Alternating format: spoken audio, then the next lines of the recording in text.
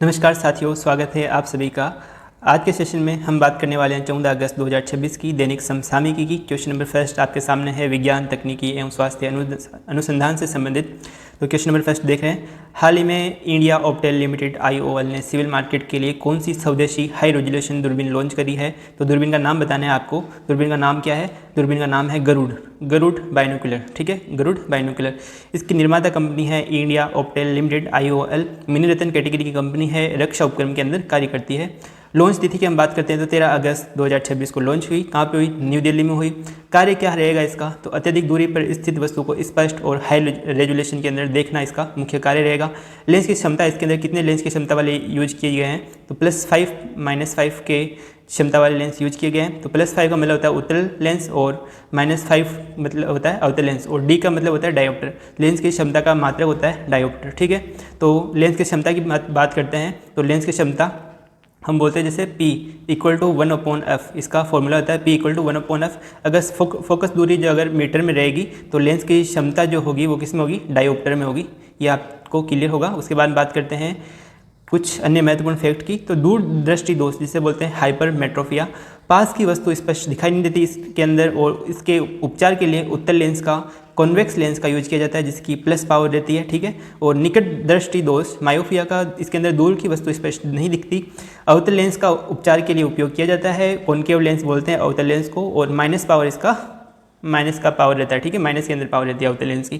तो भारत का first private rocket engine, उसका नाम बताना है आपको, तो उसका नाम रहेगा एवरेस्ट। और भारत रॉकेट अगर बात करते हैं तो विक्रम फर्स्ट, और किस एरोस्पेस के द्वारा लॉन्च किया गया? स्काई रूट के द्वारा। तो ये भी ध्यान रखना है। उसके बाद में क्वेश्चन नंबर 2 अपन बात कर रहे हैं, हाल ही में असन बोस नेशनल सेंटर और अशोका यूनिवर्सिटी के शोधकर्ता द्वारा विकसित ACSC ENDAI का संबंध किस रोग के अध्ययन से है? तो इसका जो संबंध है वो कैंसर रोग के अध्ययन से, ये आपको ध्यान रखना है, कैंसर रोग से।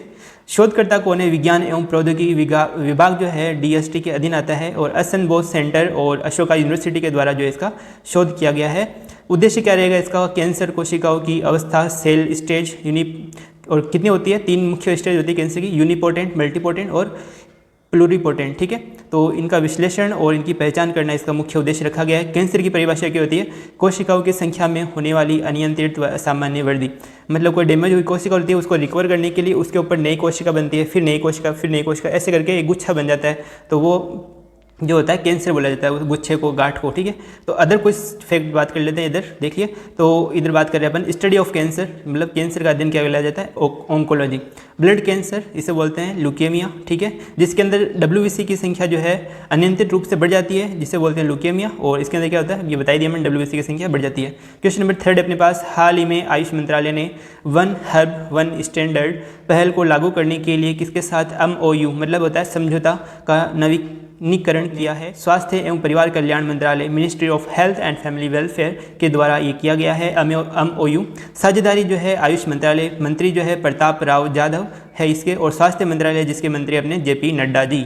आयुष का पूर्ण नाम क्या होता है? आयुर्वेद, योग व प्राकृतिक चिकित्सा, योग एंड नेचुरोपैथी, और यू का मतलब हो गया यूनानी। ठीक है, यूनानी सिद्ध होम्योपैथी। ठीक है, तो आयुष का नाम आप ध्यान रखेंगे, आयुर्वेद, योग व प्राकृतिक चिकित्सा, यूनानी, सिद्ध और होम्योपैथी। इसका उद्देश्य क्या है? सभी औषधीय जड़ी बूटी, जो जड़ी बूटी को बोलते हैं हर्ब्स की गुणवत्ता व औषधीय मानक क्वालिटी स्टैंडर्ड को एक समान तय करना। तो जिस प्रकार जो है YT पर मतलब यूट्यूब पर देखते हैं अपन, काफ़ी सारे झोला साहब डॉक्टर, मतलब हर कोई डॉक्टर बना जा रहा है, और किसी चीज़ के साइंटिफिक क्या क्या हो सकते हैं उनके बारे में है ही नहीं। तो इसके अंदर जो है मानकीकृत, मतलब उनको टेस्टेड रहेगा हर चीज़ का रिजल्ट, और विश्वसनीय ज़्यादा रहेगा। उसके लिए ये जो है चलाया जा रहा है नवीनीकरण समझौता हुआ है वन हर्ब वन स्टैंडर्ड। बात करते हैं अंतर्राष्ट्रीय सम्मेलन और संगठन एवं व्यापार की। तो हाल ही में ओशनिक और पोलर साइंस एंड टेक्नोलॉजी पर 8वें ब्रिक्स वर्किंग ग्रुप की बैठक कहाँ पे हुई है? तो इसकी बैठक हुई है गोवा के अंदर। 12 से 14 अगस्त 2026 को बैठक होएगी इसकी। इतने ड्यूरेशन तक बैठक चलेगी, देख लो 2 दिन ही। उसके बाद में बात करते हैं आयोजक है पृथ्वी विज्ञान मंत्रालय, मिनिस्ट्री ऑफ अर्थ साइंस व NCPOR, इनके द्वारा इसके आयोजन किया गया है। NCPOR national centre for polar ocean research इसका फुल फॉर्म है। इसका मुख्यालय जो है गोवा के अंदर है। भारत के प्रमुख ध्रुवीय अनुसंधान केंद्र की हम बात करते हैं तो अंटार्कटिक मिशन के अंदर कौन कौन से आते हैं? दक्षिण गंगोत्री 1983 के अंदर चालू हुआ था, मैत्री जो है 1989 के अंदर, और भारती जो है 2012 के अंदर। और आर्कटिक मिशन की हम बात करते हैं तो आर्कटिक मिशन प्रमुख कौन कौन से? हिमाद्री जो है नॉर्वे स्वालबार्ड यहाँ पे हुआ था, ठीक है, इनके सहयोग से, ठीक है। उसके बाद बात करते हैं ब्रिक्स, संदर्भ की बात करते हैं ब्रिक्स की। तो ब्रिक्स की प्रथम जो बैठक हुई थी 2009 में येकातेरिनबर्ग के अंदर हुआ था और रूस के अंदर हुआ था। ये कहाँ पे है? येकातेरिनबर्ग रूस के अंदर। 2025 के अंदर अध्यक्षता किसने की थी? ब्राज़ील ने की थी। और 2026 की अध्यक्षता जो है भारत करेगा। और 18वां शिखर सम्मेलन 2026 के अंदर होगा ब्रिक्स का भारत के अंदर। 2026 की थीम क्या थी? नवाचार, लचीलापन, सहयोग, स्थिरता, जिसका इंग्लिश में बोले तो इनोवेशन, रेजिलेंस, कोऑपरेशन, सस्टेनेबिलिटी, ठीक है, इसका इंग्लिश में नाम हो गया थीम का। नवीनतम सदस्य अगर पूछा जाए कौन सा देश शामिल हुआ है तो इंडोनेशिया इसके अंदर ब्रिक्स के अंदर नवीनतम जो देश है हाल ही में शामिल हुआ है। उसके बाद बात करते हैं SACU कस्टम यूनियन के साथ टर्म ऑफ रेफरेंस TOR पर हस्ताक्षर किया है। SACU का संबंध किस महाद्वीप से है? तो अफ्रीका महाद्वीप से जो है इसका SACU का संबंध है। SACU क्या है? साउथर्न अफ्रीकन कस्टम यूनियन, विश्व का सबसे पुराना सीमा शुल्क संघ, जो स्थापना हुई थी 1910 के अंदर, 1910 के अंदर। हस्ताक्षरकर्ता जो है पीयूष गोयल, जो अपने केंद्रीय और वाणिज्य एवं उद्योग मंत्री है। इसका एम क्या रखा गया? उद्देश्य क्या रखा गया? उद्देश्य इसका द्विपक्षीय व्यापार बढ़ाना, ऑटोमोबाइल, कृषि और टेक्सटाइल के उत्पादों के लिए बाजार को जो है पहुंच को सुगम बनाना तथा कस्टम ड्यूटी को घटाना, जिससे ज़्यादा जो है उद्योग जो है डेवलप हो सके, ठीक है। तो केंद्रीय वाणिज्य मंत्री ने सिग्नेचर किए इसके अंदर, पीयूष गोयल है अपने। उसके बाद में बात करते हैं आज के क्वेश्चन नंबर 6 की, जो रेलवे अवसंरचना और अर्थव्यवस्था एवं डिजिटल ऐप से संबंधित है। तो हाल ही में भारतीय रेलवे ने किस डिवीजन में कवच 4.0 लगाने की मंजूरी दी है? तो इज्जतनगर डिवीजन पूर्वोत्तर रेलवे, नॉर्थ ईस्टर्न रेलवे के अंदर यहाँ पे कवच 4.0 लगाने की मंजूरी दी है। आइए जानते हैं कवच 4.0 क्या है। कवच 4.0 स्वदेशी जो है स्वचालित ट्रेन सुरक्षा प्रणाली है, ऑटोमेटिक ट्रेन प्रोटेक्शन, जिसके अंदर ऑटोमेटिक ब्रेक सिस्टम होता है। विस्तार जो होता है इज्जतनगर, कहाँ पे विस्तार किया गया है? इज्जतनगर डिवीजन के 660 किलोमीटर रेल ट्रैक पर। लागत जो है 295 करोड़ इसकी लागत रही है। रेलवे जोन संदर्भ की हम बात करते हैं, भारत में कुल 18 रेलवे जोन, नवीनतम जो है 18वां जोन दक्षिण तटीय रेलवे जो जोन बना है, कौन सा है? विशाखापत्तनम का। और ये बात करते हैं स्वचालित जो ये ट्रेन सुरक्षा प्रणाली है, इसके अंदर क्या होता है कि जैसे दो ट्रेन आमने सामने से आ रही है तो इसके अंदर जैसे सेंसर लगे होते हैं और सेंसर ऑटोमेटिक जो है ब्रेक लगा देते हैं और ट्रेन रुक जाती है, दुर्घटना होने से बच जाती है। तो ये इसका जो है मुख्य उद्देश्य रखा गया है। उसके बाद हाल ही में 2026 Hurun India most valuable family business की सूची में किस परिवार को शीर्ष स्थान मिला है? तो अंबानी, रिलायंस इंडस्ट्री को नहीं जानते इनको, 25.8 लाख करोड़ रुपए से जो है ये शीर्ष स्थान मिला है इनको बिजनेस फैमिली बिजनेस की सूची के अंदर, वैल्यूएबल फैमिली बिजनेस की सूची के अंदर हुरून इंडिया के द्वारा है। तो Hurun India family business ranking 2026 first rank Ambani परिवार को मिला है, 25.8 लाख करोड़ संपत्ति से आगे हैं। सेकंड जो रैंक है बिरला परिवार, कुमार मंगलम बिरला ग्रुप है। थर्ड जो रैंक है जिंदल परिवार को मिला है, ठीक है। तो ये रैंक आपको ध्यान रखनी है इनकी, फर्स्ट पे है अंबानी। उसके बाद बात कर रहे हैं, हाल ही में केंद्रीय गृह मंत्री अमित शाह ने पुस्तकालयों को डिजिटल रूप से जोड़ने के लिए ग्रामीण ज्ञान सेतु ऐप कहाँ लॉन्च किया गया है? तो ग्रामीण ज्ञान सेतु ऐप गांधीनगर गुजरात 12 अगस्त 2026 को लॉन्च किया गया है। ऐप का नाम आपको पता है ग्रामीण ज्ञान सेतु ऐप, ठीक है। इसका उद्देश्य क्या है? हर गांव में स्कूल व कॉलेज के समीप स्थित पुस्तकालयों को डिजिटल नेटवर्क से जोड़ना, मतलब स्कूल के पास में पुस्तकालय खोलना और उनको डिजिटल नेटवर्क के जरिए जो है जोड़ना।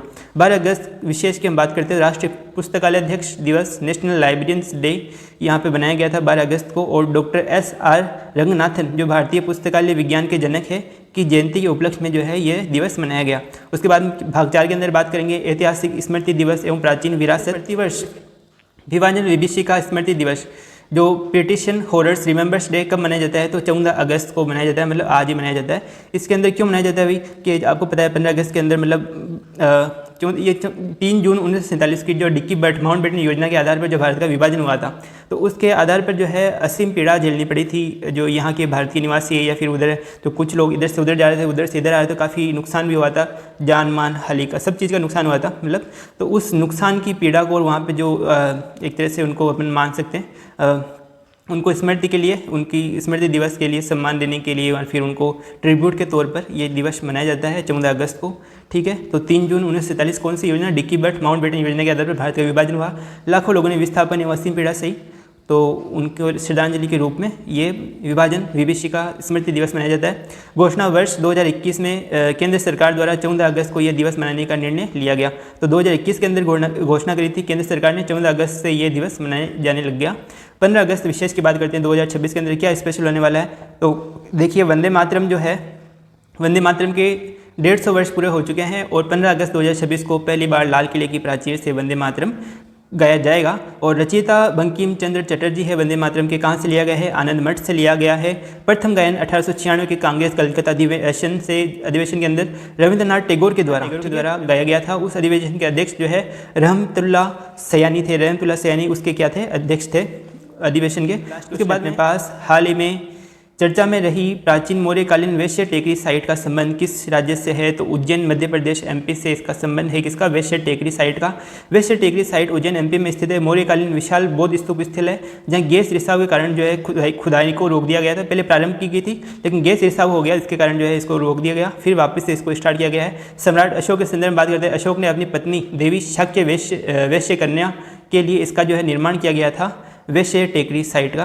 तो अब देखिए बात करते हैं एडिशनल की। तो भारत के प्रमुख बौद्ध स्तूप की हम बात करते हैं तो सांची का स्तूप जो है रायसेन एमपी के अंदर है। 1989 में यूनेस्को की विश्व धरोहर स्थल के अंदर घोषित की गई है और 200 रुपये के भारतीय नोट पर जो है इसका अंकित है। तो अपन को ध्यान रखना है 200 रुपये के भारतीय नोट में जो सांची के स्तूप का जो है अंकित किया हुआ है, ठीक है। और सारनाथ बौद्ध स्थल की बात करते हैं, वाराणसी यूपी के अंदर है। चौखंडी स्तूप, धमेका स्तूप और धर्मराजिक का स्तूप जो है इसके अंदर सम्मिलित है। सारनाथ के अंदर कौन कौन से स्तूप मिले, उसके अंदर 3 स्तूप मुख्यतः है, ये नाम याद रखने। उसके बाद में यहाँ महात्मा बुद्ध ने जो है प्रथम उपदेश दिया था जिससे हम बोलते हैं धर्मचक्र परिवर्तनाय, ठीक है। धर्मचक्र परिवर्तन किससे बोलते हैं, महात्मा बुद्ध के प्रथम उपदेश को। तो आज के करंट के सेशन में बस इतना ही। बहुत जल्दी राजस्थान की करंट भी स्टार्ट की जाएगी और इस महीने के जो करंट बाकी रहे राजस्थान की सूजस पत्रिका तो उसको मैं लाने का प्रयास करूंगा। 1 से 8 अगस्त की कंबाइंड आएगी। उसके बाद में एक बार जब हम पैरेलल चल जाएंगे तो पर डे जो है यथावत में अपलोड करने का प्रयास करूंगा। तो धन्यवाद। और देखो काफ़ी सारी मेहनत लगती है। ये जो नोट्स है हैंड रिटन नोट्स ही है, इनको जो है अपने अच्छे से आपको दिख सके, विजिबिलिटी रख सके, तो उस अकॉर्डिंग जो है टाइपिंग के थ्रू इनको किया जाता है अच्छे से कंपाइल। और हो सके जिस समय टाइम नहीं मिलेगा तो उस समय हैंड रिटन नोट से डायरेक्ट आपको पढ़ा दिया जाएगा, लेकिन पढ़ाया जरूर जाएगा। विश्वास करने के लिए धन्यवाद। चाहे एक सब्सक्राइबर हो चाहे काफ़ी सारे हो, सभी वैल्यूबल है। और चाहे व्यू मिले चाहे नहीं मिले, अपना 100% हमें से दीजिएगा, क्योंकि कोई देखे ना देखे ईश्वर जरूर देखता है आपकी मेहनत को, ठीक है। Bye bye, take care. ज्ञान ज़्यादा हो गया, धन्यवाद।